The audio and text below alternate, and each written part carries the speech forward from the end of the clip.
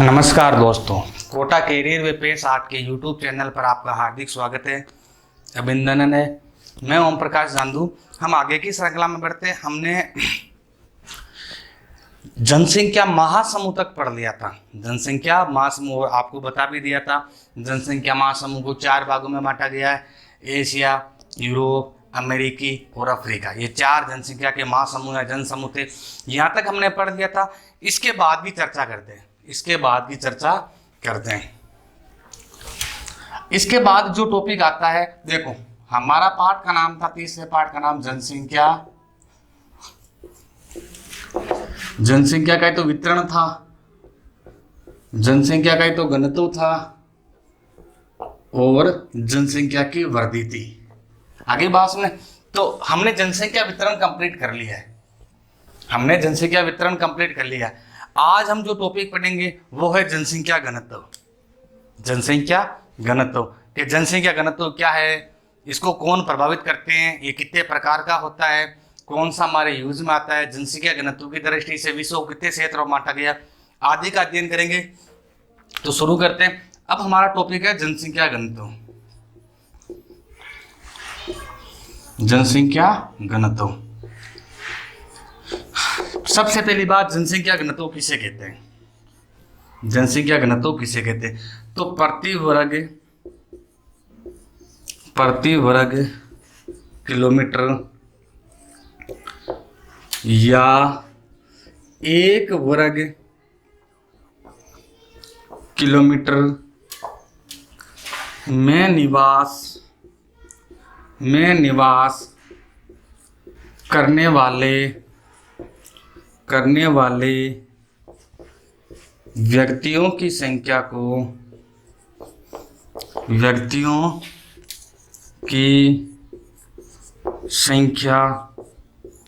को जनसंख्या घनत्व या जनघनत्व कहा जाता है। जनघनत्व कहा जाता है। अब आपसे पूछ ले, जनसंख्या घनत्व किसे कहते हैं, या जनसंख्या घनत्व को कह सकते हैं जन घनत्व किसे कहते हैं? जनसंख्या घनत्व क्या कह सकते हैं, जन घनत्व किसे कहते हैं? तो जन घनत्व या जनसंख्या घनत्व किसे कहते हैं, इसे परिभाषित करो। तो इसका कोटेशन क्या है जनसंख्या घनत्व की या जन घनत्व की? प्रति वर्ग किलोमीटर या 1 वर्ग किलोमीटर, यानी 1 वर्ग किलोमीटर के दायरे में जो लोग रहते हैं वो जनसंख्या घनत्व है। प्रति वर्ग किलोमीटर या 1 वर्ग किलोमीटर में निवास करने वाले व्यक्तियों की संख्या को जनसंख्या घनत्व कहा जाता है। अगली बात सुने। अब आपसे कोई पूछ ले जन घनत्व किसे कहते हैं, तो प्रति वर्ग या 1 वर्ग किलोमीटर में निवास करने वाले व्यक्तियों की संख्या, व्यक्तियों में स्त्री पुरुष बच्चे सब आ जाते हैं, की संख्या को जनसंख्या घनत्व या जन घनत्व कहा जाता है। और एक चीज ये भी देखो, ये भी जनसंख्या वितरण की भांति जनसंख्या घनत्व होता है, वो भी असमान ही होता है। जनसंख्या घनत्व भी क्या होता है, असमान होता है। अर्थात इस मान लो कुचामन के 1 वर्ग किलोमीटर में अगर 200 लोग रह रहे हैं, तो एक दूसरी तहसील ले लो, मान लो डीडवाना, वहां या तो 250 मिलेंगे, इससे ज्यादा मिलेंगे या इससे कम मिलेंगे। अर्थात जनसंख्या वितरण की भांति ही जनसंख्या घनत्व भी असमान पाया जाता है। अर्थात जनसंख्या घनत्व कैसा पाया जाता है, तो हमेशा जनसंख्या का घनत्व असमान घनत्व पाया जाता है। कैसा घनत्व पाया जाता है, असमान घनत्व पाया जाता है। अगली बात समझे यहां तक। अब इसके आगे क्या टॉपिक चर्चा करते हैं, वो है जनसंख्या घनत्व के प्रकार। जनसंख्या घनत्व के प्रकार। जनसंख्या घनत्व के प्रकार।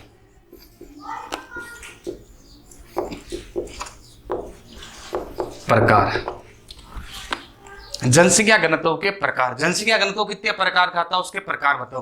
तो जनसंख्या घनत्व के अनेक प्रकार हैं। जनसंख्या घनत्व के अनेक प्रकार है। अगली बात में अगर आपसे पूछ ले जनसंख्या घनत्व के प्रकार, तो जनसंख्या घनत्व के अनेक प्रकार है, अनेक प्रकार। अगली बात में, तो जनसंख्या घनत्व के प्रकार अनेक है, लेकिन जो ज्योग्राफी में मुख्यतः काम आता है उसे कहते हैं गणितीय घनत्व। कौन सा कहते हैं? गणितीय घनत्व। आगे बात में जनसंख्या घनत्व का आपसे पूछे प्रकार, तो प्रकार अनेक है। आपके काम कौन सा आता है सर्वाधिक? तो देखो जनसंख्या घनत्व या जन घनत्व के प्रकार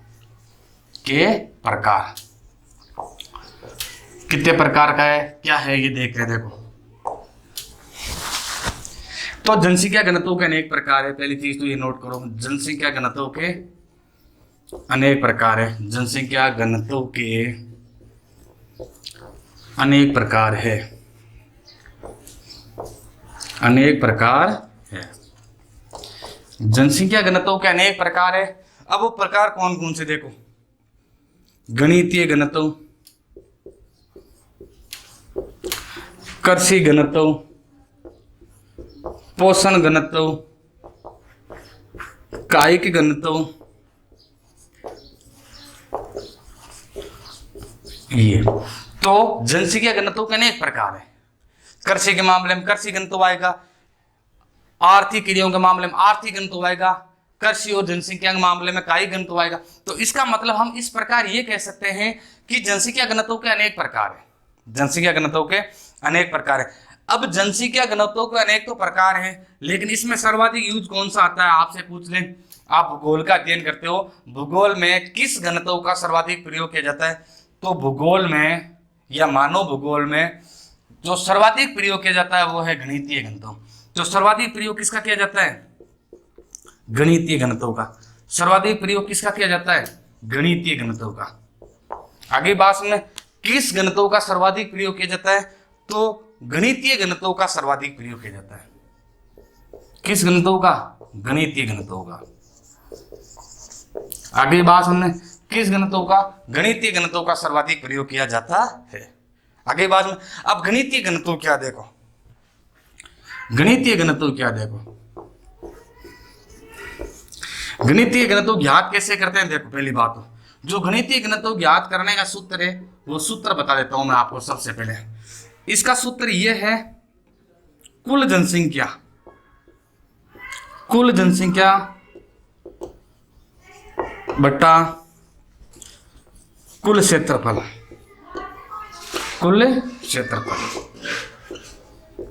यह है गणितीय घनत्व ज्ञात करने का सूत्र। गणितीय घनत्व ज्ञात करने का सूत्र क्या है? तो कुल जनसंख्या बट्टा कुल क्षेत्रफल, अर्थात उस क्षेत्र की टोटल जनसंख्या में उस क्षेत्र की टोटल जनसंख्या में उस क्षेत्र के टोटल क्षेत्रफल का भाग दे देते हैं।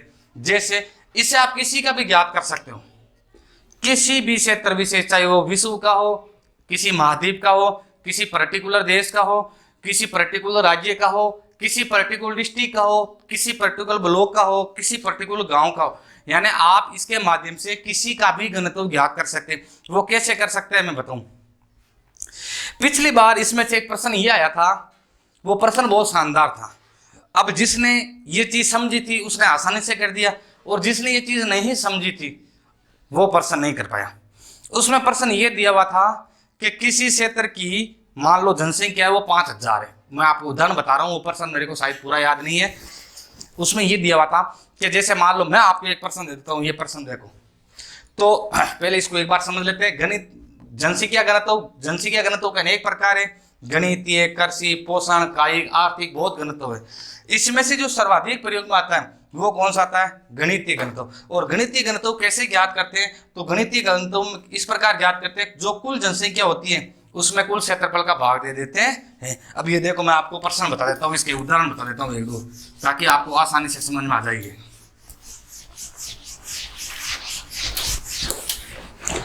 अब इसको देखना एक बार, मैं एक प्रश्न दे देता हूँ आपको एक उदाहरण तौर पर, कि जैसे राजस्थान की कुल जनसंख्या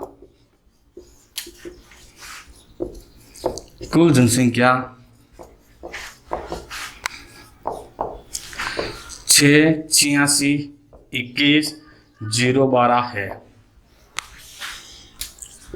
एवं राजस्थान का क्षेत्रफल 5,000 342 वर्ग किलोमीटर है। राजस्थान का जनसंख्या घनत्व ज्ञात करो, या राजस्थान का जनसंख्या घनत्व बताओ, ये की बात है। जनसंख्या घनत्व ज्ञात करो या जनसंख्या घनत्व बताओ या जनघनत्व बताओ। अब इसमें देखो, इस चीज को समझना बहुत जरूरी है, क्योंकि ये चीजें समझने पे ही इनके उत्तर सॉल्व हो पाते हैं या इनके प्रश्न समझ में आ पाते हैं।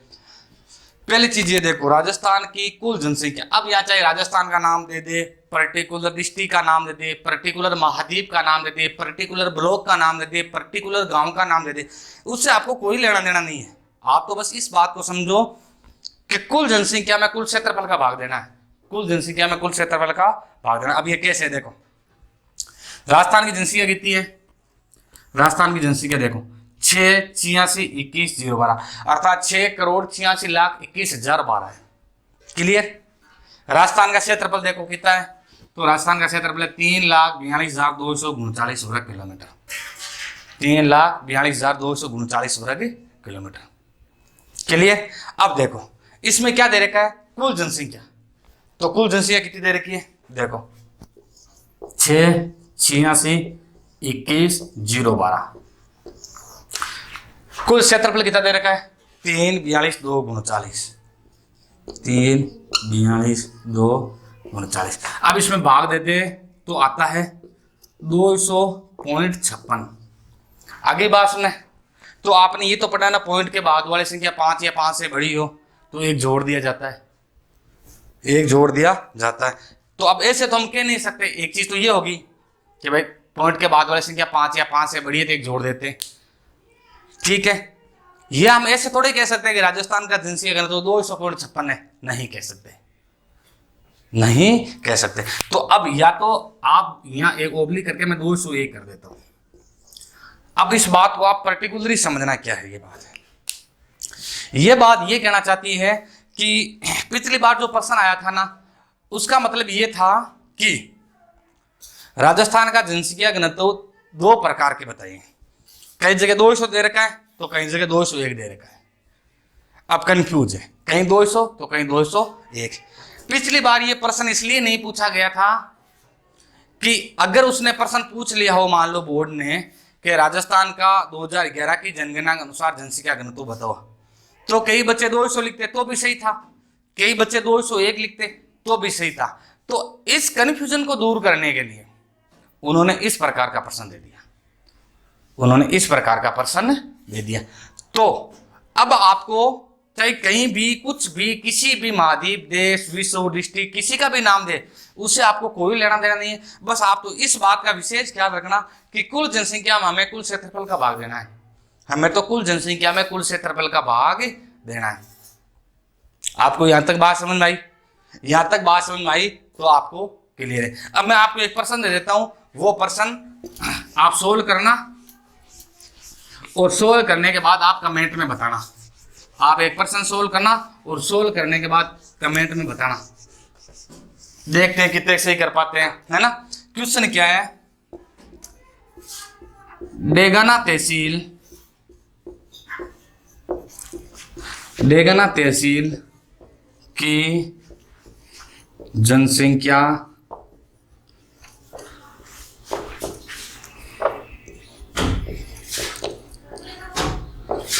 2 लाख है एवं इसका क्षेत्रफल या डेगाना तहसील एक ही बात है, समझ में आ गई। चाहे डेगाना का क्षेत्रफल ये इसका क्षेत्रफल, क्योंकि इसमें डेगाना नाम आ गया तो इसी का क्षेत्रफल होगा, तो दूसरे का थोड़ा ही होगा। तो डेगाना एवं डेगाना का क्षेत्रफल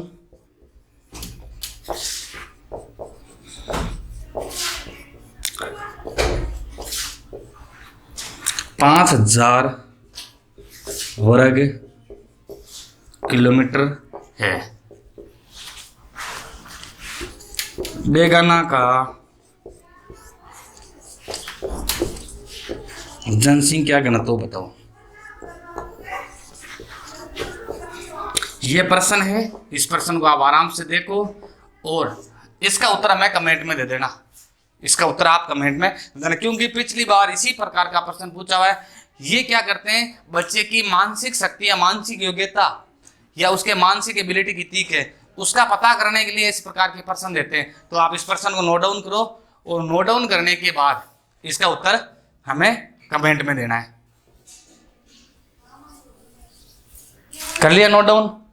नहीं किया तो आप रोक के स्क्रीनशॉट लेके कैसे भी कर लेना। अब आप सुनो, जनसंख्या घनत्व के प्रकार वापस समझा देता हूं। तो जनसंख्या घनत्व के अनेक प्रकार हैं, गणितीय घनत्व, पोषण घनत्व, कायिक घनत्व, आर्थिक घनत्व। इसमें से जो सबसे ज्यादा प्रयोग में आता है भूगोल में, वो कैसा आता है, वो कौन सा घनत्व आता है, वो आता है गणितीय घनत्व।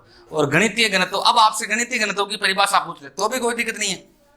गणितीय घनत्व की परिभाषा भी यही है कि कुल जनसंख्या बट्टा या अनुपात कुल क्षेत्रफल। आगे बात में अर्थात कुल जनसंख्या में कुल क्षेत्रफल का भाग देते हैं। ये इसकी कोटेशन है, ये इसकी कोटेशन है, यही इसका सूत्र है, यही इसकी कोटेशन है। आगे बात सुनने, और सबसे ज्यादा यही प्रयोग में आता है। और इसमें कुल जनसंख्या में कुल क्षेत्रफल का भाग दिया जाता है। मैंने आपको एक उदाहरण बता दिया और ये दूसरा उदाहरण है जिसको आपको उत्तर देना कमेंट में। ठीक है, इसके आगे चलते हैं।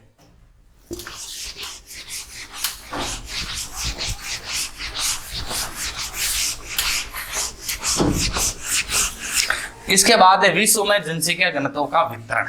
जैसे हमने पहले पढ़ा नहीं पढ़ा, विश्व में जनसंख्या वितरण इस समान पाया जाता। अब है विश्व में जनसंख्या घनत्व, विश्व में इसी में चल रहे हैं हम, घनत्व में चल रहे हैं अभी, है ना। कौन सा पढ़ रहे हैं, घनत्व ही पढ़ रहे हैं। विश्व में जनसंख्या घनत्व का वितरण, विश्व में जनसंख्या घनत्व का वितरण। आगे बात सुनिए, अब विश्व में जनसंख्या का घनत्व का वितरण कैसा, देखो प्रत्येक फैक्ट को समझना है। आपने जनसंख्या पढ़ी, क्या सभी क्षेत्रों में जनसंख्या समान पाई जाती है? नहीं पाई जाती। सभी क्षेत्रों में, सभी देशों में, सभी महाद्वीपों में एक समान जनसंख्या पाई जाती है क्या? नहीं पाई जाती। तो इसका मतलब क्या है, जनसंख्या असमान पाई जाती है सभी क्षेत्रों में। पूरी लिखने की जरूरत नहीं, लाइन आप समझना कि सभी महाद्वीपों, सभी देशों, सभी राज्यों में पर्टिकुलर में एक समान जनसंख्या नहीं पाई जाती है। तो जब जनसंख्या एक समान नहीं पाई जाती है, अर्थात जनसंख्या असमान पाई जाती है, तो घनत्व भी क्या पाया जाता है? असमान पाया जाता है। घनत्व भी क्या पाया जाता है? असमान पाया जाता है। ये असमान क्यों पाया जाता है, इसके रीजन हम आगे पढ़ेंगे।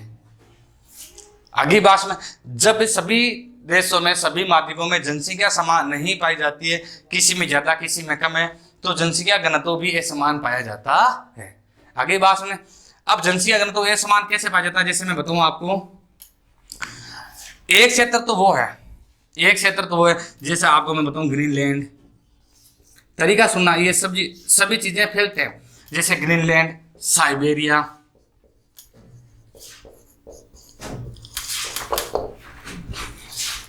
कालाहारी, कालाहारी, समझना। जैसे ग्रीनलैंड है, साइबेरिया, ये दोनों ठंडे क्षेत्र है।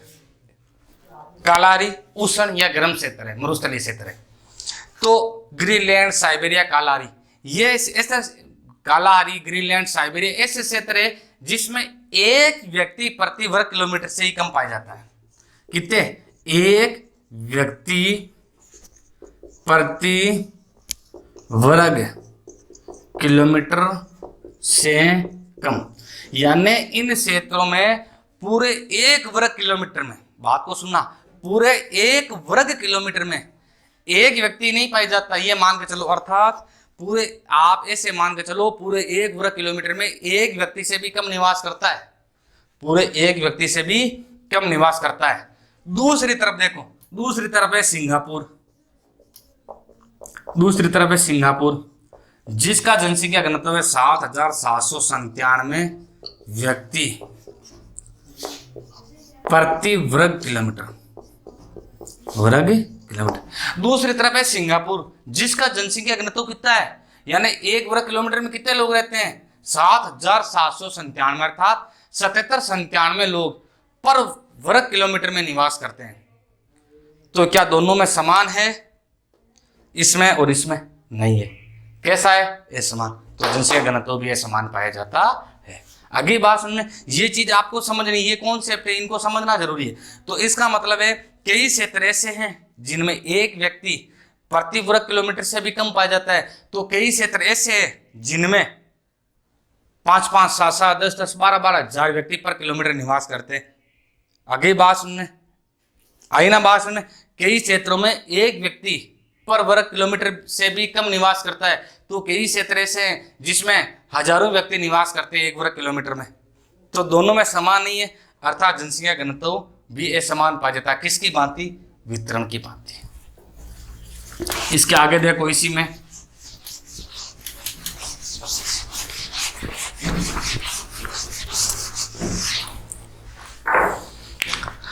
2015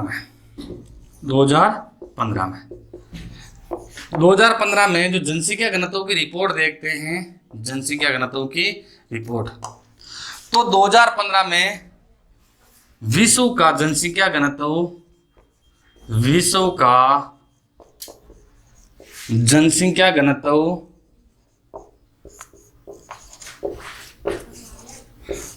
कितना था? 47 व्यक्ति प्रति वर्ग किलोमीटर। ये ज्ञान रखना थोड़ा सा, प्रति वर्ग किलोमीटर में इसलिए बार बार बोल रहा हूँ, बार बार लिख रहा हूं। आगे बात में, तो 2015 में पूरे विश्व का, यानी पूरे की पूरे विश्व का औसत निकाला था। पूरी की पूरी पृथ्वी थी, पृथ्वी का क्षेत्रफल, पृथ्वी की जनसंख्या, यानी पूरी पृथ्वी पर जितनी जनसंख्या रहती है ना, उस जनसंख्या में पूरी पृथ्वी के क्षेत्रफल का भाग दिया था, तो उससे ये औसत आ गया था। ये औसत है, बात को समझना। जैसे ये पूरी पृथ्वी है, पूरी पृथ्वी की जनसंख्या, ये पृथ्वी है, पूरी पृथ्वी की जनसंख्या गिनती कितनी है कि इतनी है? जैसे 417 मान लो उदाहरण के तौर पर। पूरी पृथ्वी का क्षेत्रफल कितना है कि 10 है, 10 वर्ग किलोमीटर, तो इसमें भाग दिया था, तो कितना आया था? 47। तो ये पूरी पृथ्वी का औसत निकाला था, पूरे विश्व का औसत निकाला था, पूरे विश्व का औसत निकाला था। पूरे विश्व का स्थल भाग और पूरे विश्व की जनसंख्या, पूरे विश्व का स्थल भाग और पूरे विश्व की जनसंख्या, तो पूरे विश्व की जनसंख्या में पूरे विश्व की जनसंख्या में पूरे विश्व की स्थल भाग का भाग दिया था, तो इससे कितना आया था? 47 व्यक्ति। कितना आया था? 47 व्यक्ति। तो 2015 के अनुसार विश्व का जनसंख्या तो कितना है? तो आप ये बता देना, 47 व्यक्ति प्रति वर्ग किलोमीटर। अब समान तो है नहीं, एक और देखो, एशिया में जो जनसंख्या घनत्व मिलता है वो मिलता है 116 व्यक्ति प्रति वर्ग किलोमीटर। 116 व्यक्ति प्रति वर्ग किलोमीटर सबसे ज्यादा इसी में। पूरे विश्व में किस महाद्वीप में जनसंख्या घनत्व सर्वाधिक है? एशिया में। क्यों?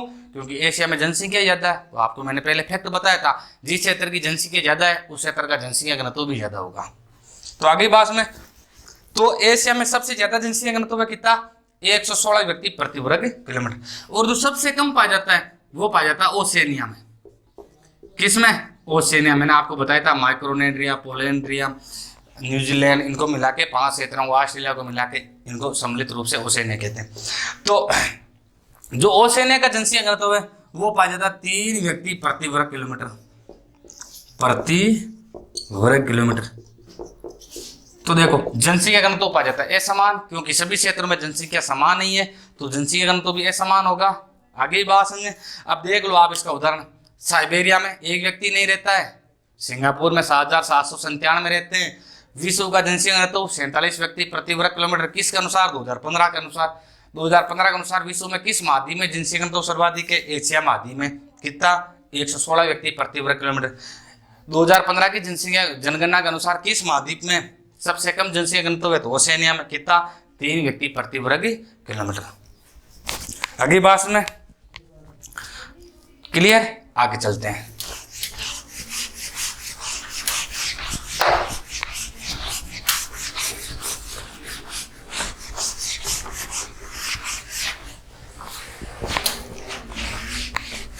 अब सभी क्षेत्रों में समान जनसंख्या घनत्व नहीं है, ये समान है। तो अर्थात देखो विश्व को समय ये समान है ना, तो अब लाइन को समझना। विश्व को जनसंख्या घनत्व की दृष्टि से, जनसंख्या घनत्व की दृष्टि से विश्व को जनसंख्या घनत्व की दृष्टि से 5 भागों में, कितने भागों में, 5 भागों में बांटा गया है, बांटा गया है। विश्व को जनसंख्या घनत्व की दृष्टि से कितने भागों में बांटा है? 5 भागों में। चाहो तो आप 4 में बांट दो, चाहो तो आप 3 में बांट दो, उच्च मध्यम निम्न। चाहो तो आप 4 में बांट लो, चाहो तो आप 5 में बांट लो, चाहो तो आप 2 में बांट लो, एक तो 1000 से ऊपर मान लो, 1000 से कम मान लो। वो आप अपने डिफरेंट के अनुसार या आप अपनी क्षमता के अनुसार बांट सकते हो। इस पुस्तक में विश्व को जनसंख्या घनत्व की दृष्टि से कितने भागों में बांटा है? 5। पहला है अत्यधिक जनसंख्या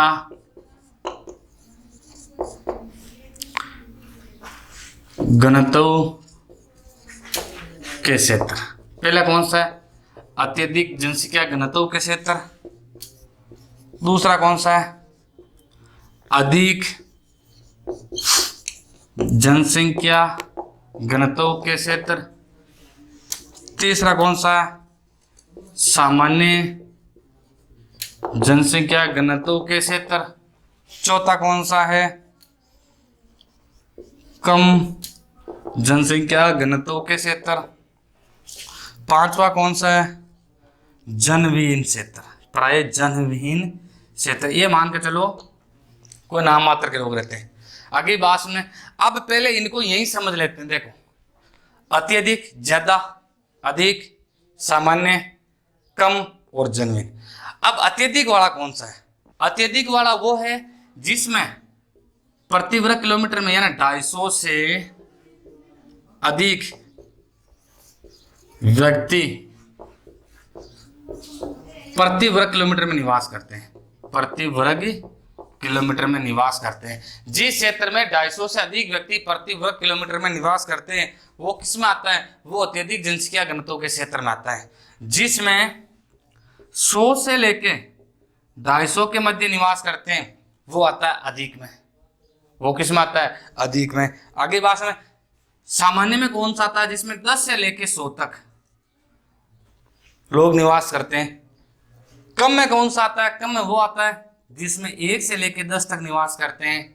और जनविहीन में कौन सा आता है? जनविहीन में वो आता है जिसमें एक व्यक्ति प्रति वर्ग किलोमीटर से भी कम निवास करते हैं। जनविहीन में कौन सा आता है? जिसमें एक व्यक्ति प्रति वर्ग किलोमीटर से भी कम निवास करते हैं। अब आप ध्यान से समझना, जिस क्षेत्र में 250 या 250 से अधिक यानी 250 या 250 से अधिक व्यक्ति निवास करते हैं, ये सीधा यही मानना 250 से अधिक व्यक्ति निवास करते हैं, वो क्षेत्र कौन सा है? अत्यधिक जनसंख्या घनत्व का क्षेत्र है। अधिक वाला कौन सा है? अधिक वाला वो है जिसमें 100 से लेकर 250 तक, 100 से लेकर 250 तक यानी 100 से लेकर 250 तक, ये 250 से ऊपर नहीं है, 250 से ऊपर नहीं है, वो अधिक वाला है। सामान्य में कौन सा आता है? जिसमें 10 व्यक्ति से लेकर 100 व्यक्ति तक प्रति वर्ग किलोमीटर में निवास करते हैं, वो आता है। कम में कौन सा आता है? जिसमें 1 से लेकर 10 व्यक्ति प्रति वर्ग किलोमीटर में निवास करते हैं, वो आता है। और जनविहीन में कौन सा आता है? जिसमें 1 से कम व्यक्ति निवास करता है। इसमें एक एक जीरो बढ़ाते जाओ। देखो 1, 10, 100 ऐसा मान लो, 1, 10, 100 फिर सीधा 250 ही है। आगे बात में एक एक जीरो बढ़ाते जाओ।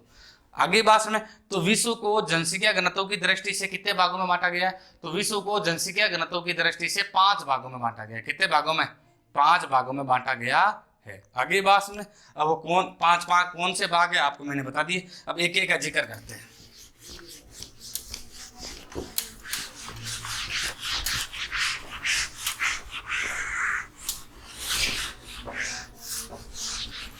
पांच भागों मार दिया, अब एक एक का जिक्र करते हैं। देखो पहला कौन सा है? अत्यधिक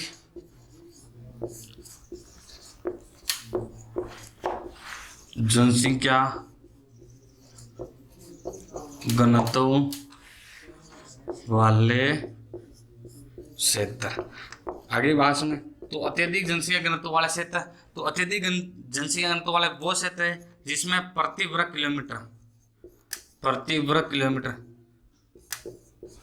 कितने लोग से अधिक निवास करते हैं? 250 से अधिक निवास करते हैं। वो कौन से आते हैं? वो आते हैं अत्यधिक जनसंख्या घनत्व वाले क्षेत्र। कौन से आते हैं? अत्यधिक जनसंख्या घनत्व वाले क्षेत्र, जिसमें 250 से अधिक व्यक्ति निवास करते हैं, वो आते हैं अत्यधिक जनसंख्या घनत्व वाले क्षेत्र। आगे बात में इसमें कौन कौन से क्षेत्र आते हैं? देखो विश्व के कौन कौन से क्षेत्र आते हैं, क्योंकि विश्व को 5 भागों में मान रखा है। तो देखो, एक तो दक्षिणी एशिया, पूर्वी एशिया, उत्तरी पश्चिमी यूरोप, लिख सकते हो यहाँ दक्षिणी एशिया, पूर्वी एशिया, दक्षिणी पूर्वी एशिया, आगे उत्तरी पूर्वी यूरोप, और कौन से आते हैं? उत्तरी अमेरिका का उत्तरी पश्चिमी भाग, उत्तरी अमेरिका का तटीय भाग लिख देता हूँ या उत्तरी पश्चिमी भाग लिख देता हूँ, एक ही बात है। उत्तरी अमेरिका का उत्तरी पूर्वी भाग, सॉरी उत्तरी पूर्वी भाग, उत्तरी पूर्वी भाग। अगली बात में तो अत्यधिक जनसंख्या घनत्व वाला क्षेत्र वो है जिसमें 250 व्यक्ति से अधिक निवास करते हैं, जैसे दक्षिण एशिया, दक्षिणी पूर्वी एशिया, पूर्वी एशिया, उत्तरी पश्चिमी यूरोप, उत्तरी पूर्वी अमेरिका। ये अगली बात हमने तो ये क्षेत्र कौन से हैं? ये वो क्षेत्र है जो अत्यधिक जनसंख्या घनत्व में सम्मिलित किए जाते हैं। अर्थात अब आपसे पूछ ले इनका जनसंख्या घनत्व कितना है, तो इनका जनसंख्या घनत्व कितना है? इनका जनसंख्या घनत्व है प्रति वर्ग किलोमीटर में 250 से अधिक व्यक्ति निवास करते हैं, प्रति वर्ग किलोमीटर में 250 से अधिक व्यक्ति निवास करते हैं। अगली बात आपको समझ में ये क्षेत्र आगे। अब इसमें ज्यादा निवास क्यों करते हैं? एक आएगा जनवीर, उसमें कम निवास क्यों करते हैं? इसका जिक्र हम जनसंख्या घनत्व को प्रभावित करने वाले कारकों में करेंगे। इसका जिक्र हम जनसंख्या घनत्व को प्रभावित करने वाले कारकों में करेंगे। क्लियर? इसमें ज्यादा निवास करने का प्रमुख कारण क्या है कि एक तो ये औद्योगिक क्षेत्र है, ये क्षेत्र कैसे है? औद्योगिक क्षेत्र है, और जो क्षेत्र उद्योगों से संपन्न है, औद्योगिक क्षेत्र है, वह जनसंख्या ज्यादा निवास करेगी। जो क्षेत्र उद्योगों से संपन्न है या औद्योगिक क्षेत्र है, वह जनसंख्या ज्यादा निवास करेगी। दूसरी चीज, ये उपजाऊ क्षेत्र है, कृषि की दृष्टि से उपजाऊ क्षेत्र है, कृषि की दृष्टि से कैसे क्षेत्र है? उपजाऊ क्षेत्र है, तो इसलिए यहाँ लोग ज्यादा निवास करते हैं। तो इनका औसत अगर जनसंख्या घनत्व देखें ना, तो यहाँ 1000, 1500, 2000 व्यक्ति पर वर्ग किलोमीटर मिल जाते हैं। 1000, 1500, 2000 व्यक्ति प्रति वर्ग किलोमीटर मिल जाते हैं। यह हो गया अत्यधिक जनसंख्या घनत्व का क्षेत्र।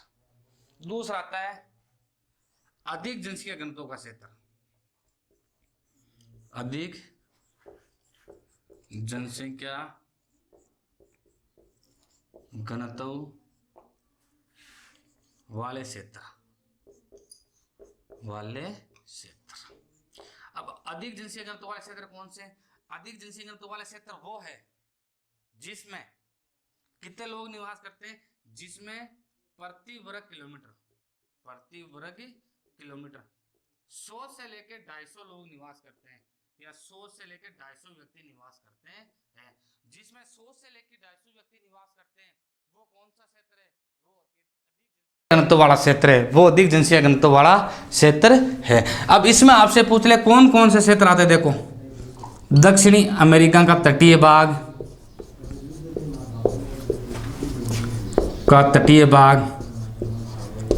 मध्यवर्ती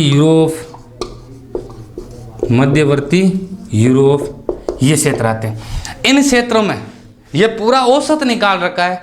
आप मेरी बात को पूरी तरह समझना, इन पूरे की पूरी चीजों में औसत निकाल रखा है, जबकि ऐसा कुछ नहीं है। अब भारत का औसत निकाल रखा है, उदाहरण बता रहा हूं आपको, जैसे भारत का औसत निकाल रखा है कि भारत का जो जनसंख्या घनत्व है वो 382 है।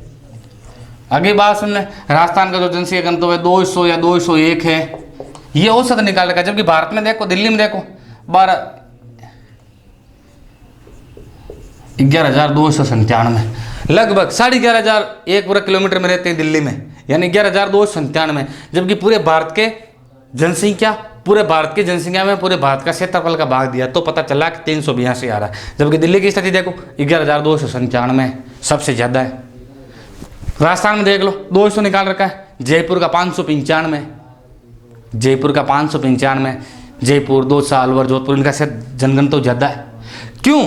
क्योंकि जहाँ सुविधा ज्यादा है तो वहाँ लोग भी ज्यादा रहेंगे। तो ये तो क्या है, औसत निकाल रखा है। तो अब कोई इनमें 250 ही थोड़े ही रहते हैं, 100 से 250 ही थोड़े रहते हैं, लेकिन ये पूरे के पूरे औसत निकाल रखा है। तो अधिक में वो आते हैं जिनका जनसंख्या घनत्व प्रति वर्ग किलोमीटर 100 से लेकर 250 व्यक्ति है। और इसमें क्षेत्र पूछ ले तो दक्षिण अमेरिका का तटीय क्षेत्र, मध्यवर्ती यूरोप है ये। तो इसमें कम क्यों रहते हैं? क्योंकि ये उद्योगों की दृष्टि से भी क्षेत्र इतना संपन्न नहीं है, उद्योगों की दृष्टि से भी ये क्षेत्र इतना संपन्न नहीं है। आगे की बात करें तो आगे की बात ये सोचो, ये उपजाऊ भी नहीं है, तो यहाँ लोग कम रहते हैं, किसके बजाय, इसके बजाय। क्लियर? आगे देखो तीसरा, 2 क्लियर हो गए। अब तीसरा देखो एक बार,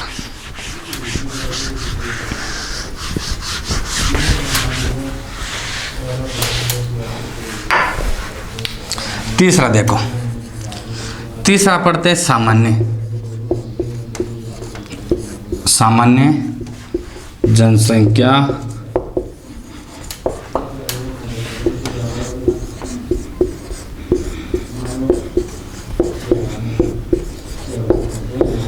क्षेत्र। चौथा देखो, कम जनसंख्या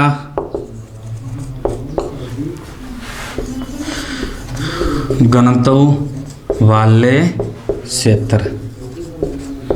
पांचवा देखो, जनविहीन क्षेत्र। पहले अत्यधिक हो गया, दूसरा अधिक हो गया, ये 3 बाकी देख लो। जनविहीन क्षेत्र, या अति न्यून, जनविहीन बोल दो, या अति न्यून जनसंख्या घनत्व वाले क्षेत्र। सामान्य जनसंख्या घनत्व वाले क्षेत्र में जो जनसंख्या घनत्व है तो वो प्रति वर्ग किलोमीटर कितने लोग हैं, तो वो प्रति वर्ग किलोमीटर है ना 10 से लेकर 100 लोग हैं या 100 व्यक्ति है। कितने? 10 से लेकर 100 व्यक्ति। अर्थात सामान्य वाले क्षेत्र में 10 से लेकर 100 व्यक्ति प्रति वर्ग किलोमीटर निवास करते हैं। 10 से लेकर 100 व्यक्ति प्रति वर्ग किलोमीटर निवास करते हैं। अब आपको उदाहरण पूछ लें तो उदाहरण देखो, उत्तरी अमेरिका का पश्चिमी भाग। आगे बात में इन क्षेत्रों में या इस क्षेत्र में 10 से लेकर 100 व्यक्ति प्रति वर्ग किलोमीटर निवास करते। क्यों? क्योंकि न तो ये उपजाऊ मृदा वाला क्षेत्र है, न ये औद्योगिक क्षेत्र है, न यहाँ कोई पशुचारण की सही व्यवस्था है, न यहाँ कृषि के लिए उपयुक्त दशाएं हैं। तो इन सब कारणों से यहाँ कम है। कम जनसंख्या घनत्व वाला क्षेत्र कौन से? देखो, कम जनसंख्या घनत्व वाला क्षेत्र होता कौन सा है? जिसमें प्रति वर्ग किलोमीटर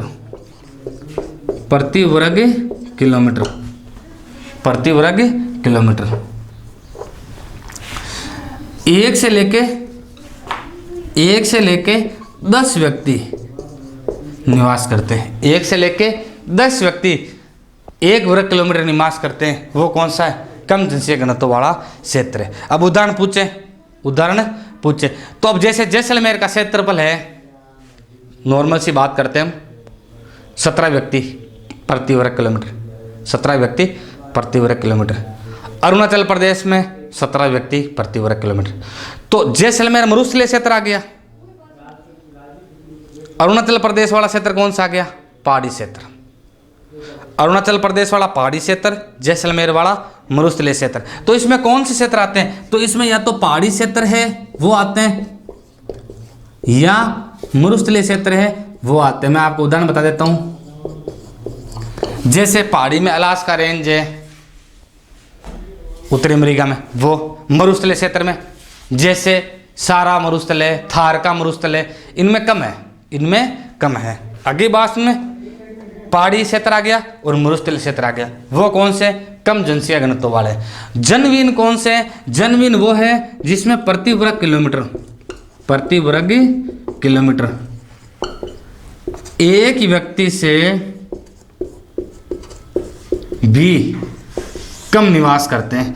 जिस क्षेत्र में एक व्यक्ति से भी कम निवास करते हैं, अर्थात प्रति 1 वर्ग किलोमीटर में एक व्यक्ति से भी कम निवास करते हैं, वो आता है जनविहीन क्षेत्र। वो कौन सा आता है? जनविहीन का मतलब है कि मतलब वहाँ लोगों के होने या ना होने का कोई मतलब ही नहीं है, वो जनविहीन है। अर्थात जनविहीन क्षेत्र वाला है, जनविहीन वाला क्षेत्र है। तो वहाँ मतलब ये मान लो लोगों का होना या ना होना नामुमकिन, या मान लो लोगों का होना या ना होना एक सी बात है। लोगों का होना या ना होना एक सी बात है।